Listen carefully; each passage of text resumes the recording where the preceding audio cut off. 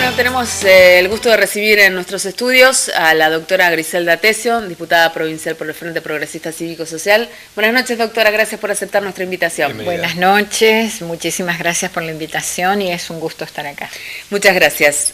Bueno, venimos de un fin de semana conmocionante desde el punto de vista institucional, ¿no? Un hecho sin precedentes, como lo es el ataque a balazos a la casa del gobernador, ¿no? Es un hecho grave. Más allá del hecho puntual, que esto no es un intento, salió mal de casualidad, pero el hecho era el homicidio del gobernador, o sea, la búsqueda era el magnicidio, ¿verdad?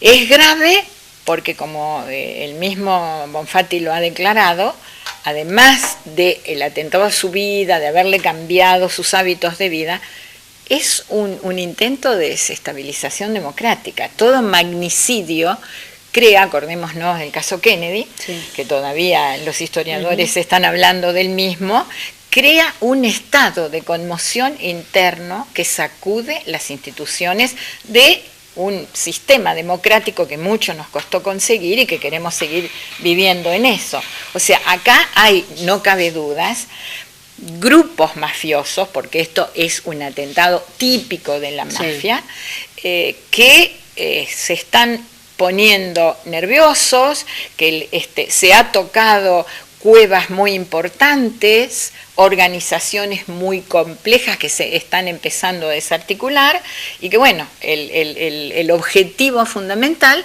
era la primera magistratura política de la provincia. Claro, incluso el sentido intimidatorio en términos generales que esto tiene, ¿no? Porque uno piensa, se pone en el lugar de un posible testigo, digamos, claro, en el marco de estas causas judiciales iniciadas, o de un denunciante. Dicen, si son capaces de atentar contra el gobernador, ¿qué van a hacer conmigo?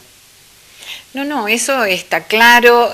Nosotros, cuando estábamos en el gobierno con el doctor Wiener, teníamos la custodia generalmente nocturna en la casa de él y en la mía, pero durante el día no queríamos custodia.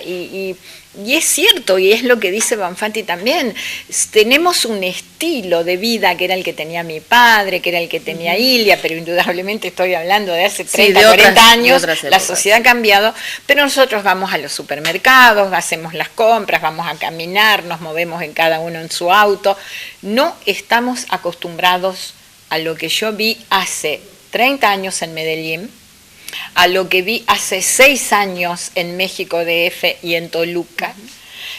No estamos acostumbrados a ese tipo de situaciones donde magistrados, funcionarios, jueces, el elenco político tiene que estar rodeado de 100 hombres de custodia. Es impensable, es absurdo.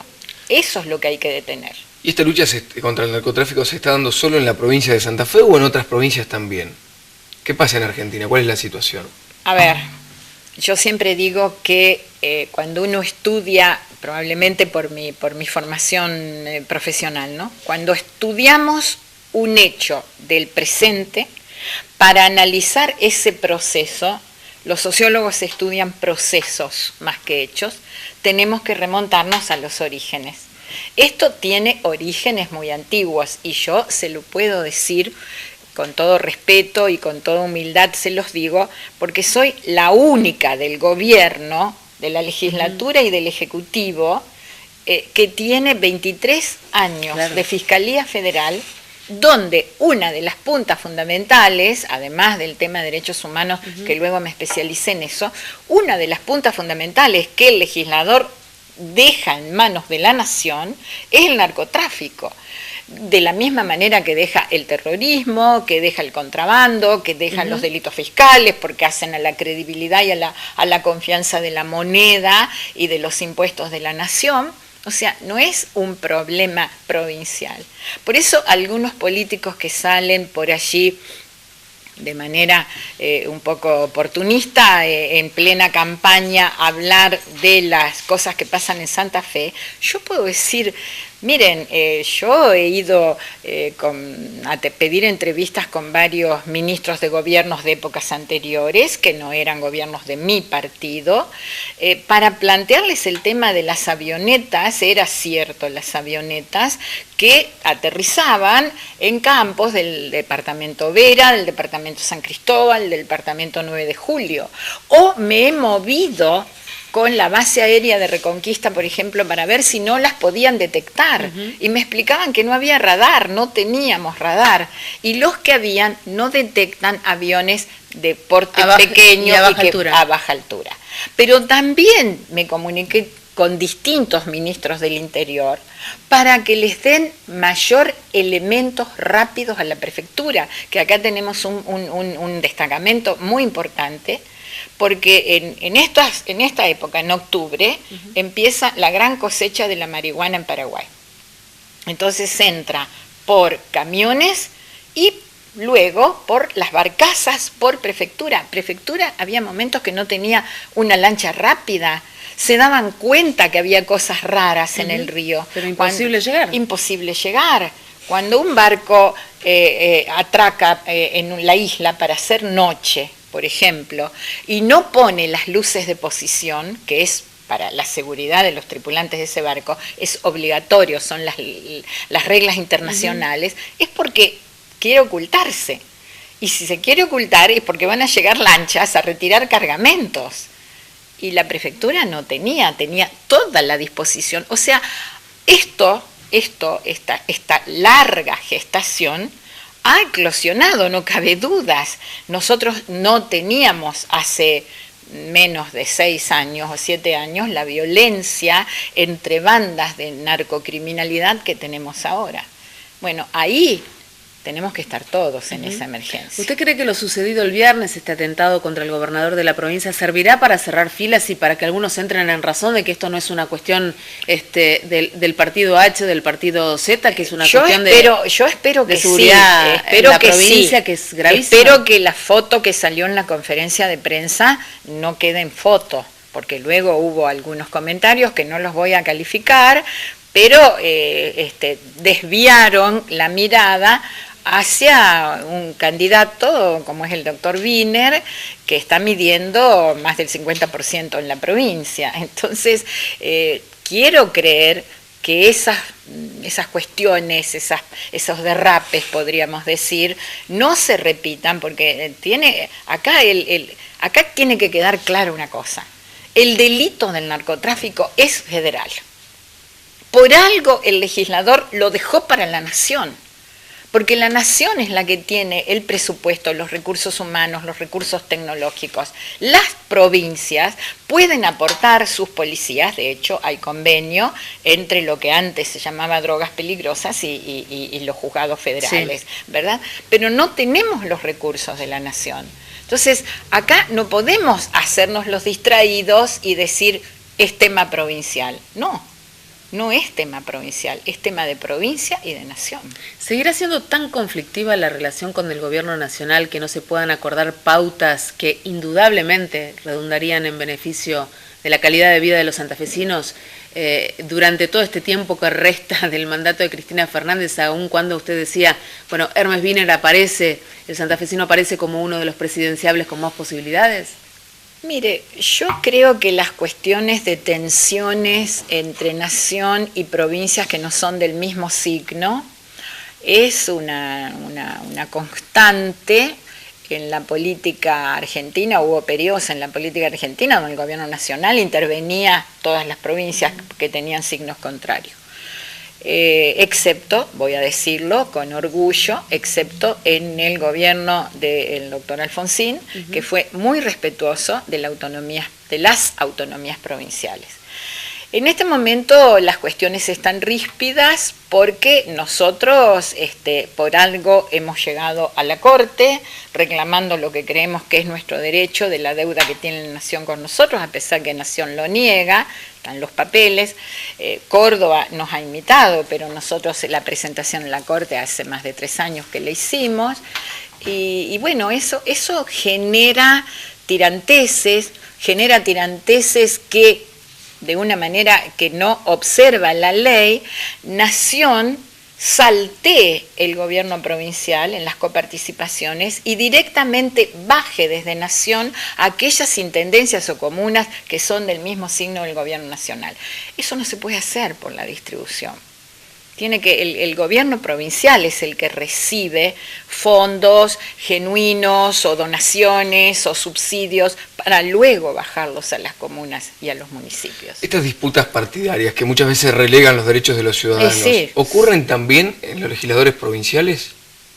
¿En qué sentido? Por ejemplo, en la presentación de leyes, la aprobación por parte de algunos legisladores. Bueno, usted sabe que nosotros tenemos en este momento la Cámara de Diputados y la Cámara de Senadores con mayoría en la oposición.